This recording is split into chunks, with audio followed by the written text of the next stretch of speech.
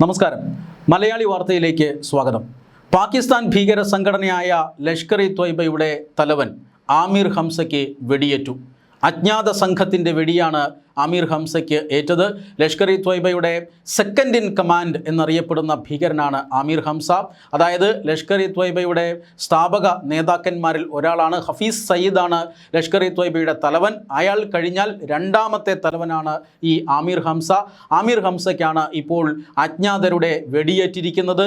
ഒരു വാർത്താ ചാനൽ ഓഫീസിൻ്റെ മുറ്റത്ത് വച്ചിട്ടാണ്, അല്ലെങ്കിൽ ആ ഓഫീസിന് സമീപത്ത് വച്ചിട്ടാണ് ഈ ആമിർ ഹംസയ്ക്ക് വെടിയേറ്റിരിക്കുന്നത്. നില അതീവ ഗുരുതരം എന്നാണ് ഇപ്പോൾ പാകിസ്ഥാൻ മാധ്യമങ്ങൾ റിപ്പോർട്ട് ചെയ്യുന്നത്. ആമിർ ഹംസയുടെ നില അതീവ ഗുരുതരമാണ്. വെടിയേറ്റ ആമിർ ഹംസ ലാഹോറിലെ ആശുപത്രിയിൽ ചികിത്സയിലുമാണ്. 66 വയസ്സുള്ള ലഷ്കർ സെക്കൻഡ് ഇൻ കമാൻഡാണ് ഈ ആമിർ ഹംസ. ലഷ്കർ ഇ ത്വയ്ബ ഇന്ത്യക്കെതിരെ നിരവധി ഭീകരാക്രമണങ്ങൾ നടത്തിയിട്ടുള്ള സംഘടനയാണ് എന്ന് നമുക്കറിയാം. ഇപ്പോഴും ഇന്ത്യക്കെതിരെ നിരവധി ഭീകരാക്രമണങ്ങൾ ആസൂത്രണം ചെയ്യുകയും ഇന്ത്യ വിരുദ്ധ പ്രവർത്തനങ്ങൾക്ക് നേതൃത്വം നൽകുകയും ചെയ്യുന്ന ഒരു സംഘടനയാണ് ലഷ്കർ ഇ ത്വയ്ബ. ലഷ്കർ ഇ ത്വയ്ബയും അതുപോലെ തന്നെ ജെയ്ഷെ മുഹമ്മദും ഈ അടുത്ത കാലത്ത് ഒരുമിച്ച് പ്രവർത്തിക്കാനുള്ള ഒരു തീരുമാനമെടുത്തിരുന്നു. ഇവരുടെ പ്രവർത്തനത്തിന് കൃത്യമായ കമാൻഡിങ്ങും നേതൃത്വവും നൽകുന്നത് പാകിസ്ഥാൻ്റെ രഹസ്യാന്വേഷണ വിഭാഗമായ പാകിസ്ഥാൻ്റെ ചാരസംഘടനയായ ISI ആണ്. ഇങ്ങനെ ഇന്ത്യക്കെതിരെ കനത്ത ആക്രമണങ്ങൾ ആസൂത്രണം ചെയ്യുന്ന സാഹചര്യത്തിലാണ് ഈ സെക്കൻഡ് ഇൻ കമാൻഡ്, ലഷ്കറിൻ്റെ സെക്കൻഡ് ഇൻ കമാൻഡ് എന്നറിയപ്പെടുന്ന ആമിർ ഹംസയ്ക്ക് തന്നെ അജ്ഞാതരുടെ വെടിയേൽക്കുന്നത്. നേരത്തെ സൂചിപ്പിച്ചതുപോലെ ഒരു വാർത്താ ചാനലിൻ്റെ സമീപത്ത് നിൽക്കുമ്പോഴാണ് ഈ ആമിർ ഹംസയ്ക്ക് വെടിയേറ്റത്. ഇന്ത്യയും അമേരിക്കയും ഒരുപോലെ തിരയുന്ന, തലയ്ക്ക് വിലയിട്ടിരിക്കുന്ന ഒരു കൊടും ഭീകരനാണ്. ഐക്യരാഷ്ട്രസഭയുൾപ്പെടെ കൊടും ഭീകരനായി പ്രഖ്യാപിച്ചിട്ടുള്ള ഒരു ഭീകരനാണ് ആമിർ ഹംസ. ഇന്ത്യയെ സംബന്ധിച്ചിടത്തോളം ഇന്ത്യയുടെ ദേശീയ സുരക്ഷയ്ക്ക് കനത്ത വെല്ലുവിളി ഉയർത്തുന്ന ഒരു ഭീകര സംഘടനയാണ് ഈ ലഷ്കർ ഇ ത്വയ്ബ.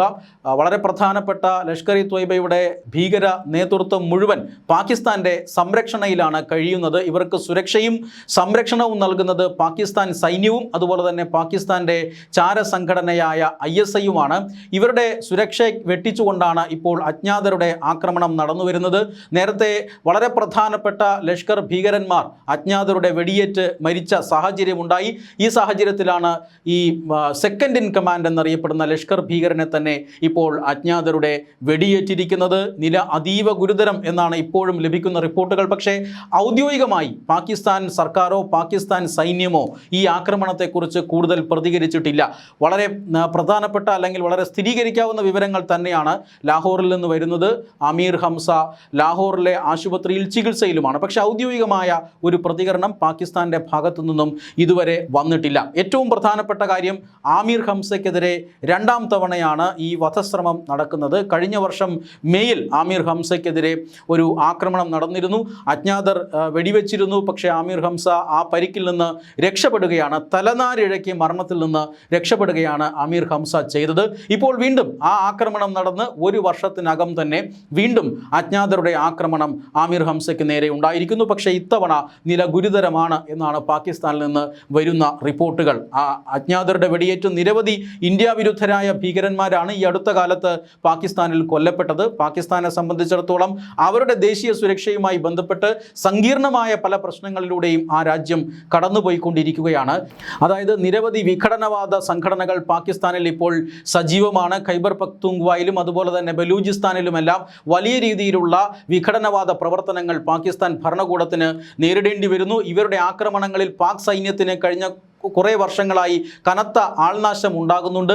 ഇന്ത്യക്കെതിരെ ഒരു കാലത്ത് ഉപയോഗിച്ചിരുന്ന ഭീകരത ഇപ്പോൾ പാകിസ്ഥാനെ തിരിഞ്ഞുകൊത്തുന്ന സാഹചര്യമുണ്ട്. ഈ സാഹചര്യത്തിലാണ് ഈ ബംഗ്ലാദേശിലെ മാറിയ രാഷ്ട്രീയ സാഹചര്യങ്ങൾ കൂടി ഉപയോഗപ്പെടുത്തിക്കൊണ്ട് ഇന്ത്യക്കെതിരെ ആക്രമണം ശക്തമാക്കാൻ, അല്ലെങ്കിൽ ഇന്ത്യക്കെതിരെ ഭീകരാക്രമണങ്ങൾ ആസൂത്രണം ചെയ്യാൻ ലഷ്കർ ഇ ത്വയ്ബയും അതുപോലെ തന്നെ ജെയ്ഷെ മുഹമ്മദും സംയുക്തമായി തീരുമാനിച്ച് അതിൻ്റെ പ്രവർത്തനങ്ങൾ നടന്നു വരുന്നത്. ഈ സാഹചര്യത്തിലാണ് ലഷ്കറിൻ്റെ സെക്കൻഡ് ഇൻ കമാൻഡ് അജ്ഞാതരുടെ വെടിയേറ്റ് അതീവ ഗുരുതരാവസ്ഥയിൽ കഴിയുന്നത്.